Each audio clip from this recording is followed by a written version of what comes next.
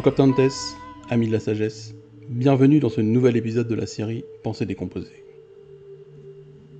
Dans celui-ci, nous allons nous intéresser à la 36e pensée du livre 6, dont voici la citation.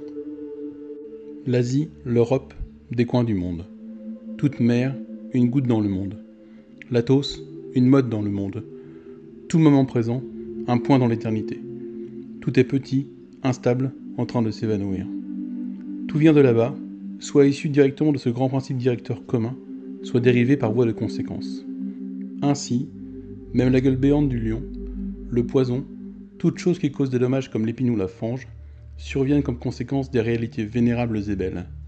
Ne te les représente donc pas comme étrangères à ce que tu vénères, mais tiens compte de la source de toute chose. Passons maintenant à sa décomposition et à l'analyse de ses éléments de construction. Cette pensée débute par un exercice de l'imagination, cherchant à embrasser les dimensions de l'univers, à contempler le panorama total de la réalité humaine et à le replacer dans l'immensité cosmique et dans la perspective de la nature universelle. Vu dans la perspective de la nature universelle, les choses terrestres sont ramenées à leur vraie proportion et à leur juste valeur.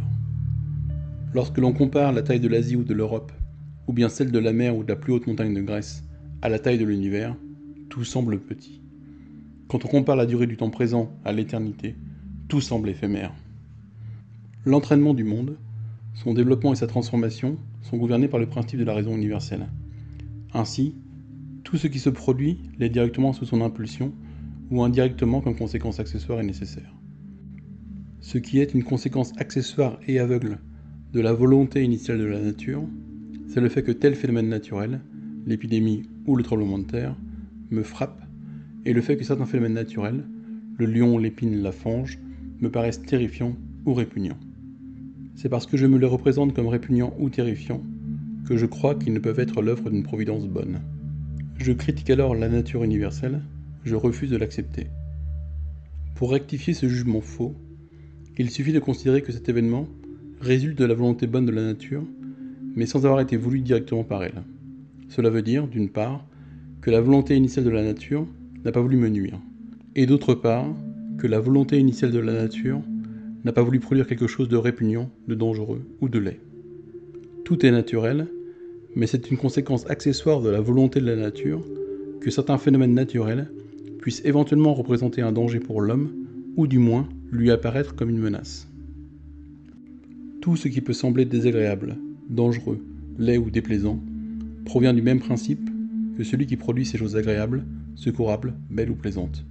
Si l'on révère ce principe universel pour les commodités qu'il nous dispense, il ne faut pas en faire autrement pour les incommodités, car elles ne sont pas étrangères à ce principe, elles proviennent également de lui.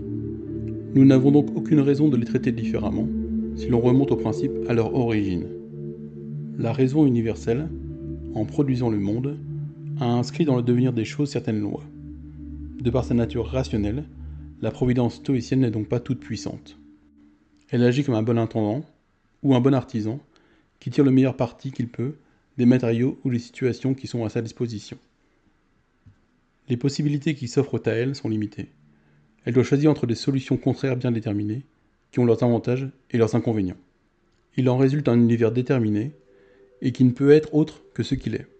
Ainsi, des lois fondamentales qui le déterminent résultent des phénomènes qui, subjectivement, nous paraissent répugnants ou dangereux.